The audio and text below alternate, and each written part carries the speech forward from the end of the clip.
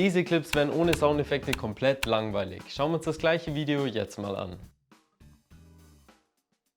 Und genau das macht den Unterschied. Soundeffekte geben deinem Video Rhythmus und Emotionen. Sie machen Schnitte spürbar und sorgen dafür, dass es spannender wird. Gerade bei schnellen Clips, B-Rolls oder Transitions sind die einfach Pflicht.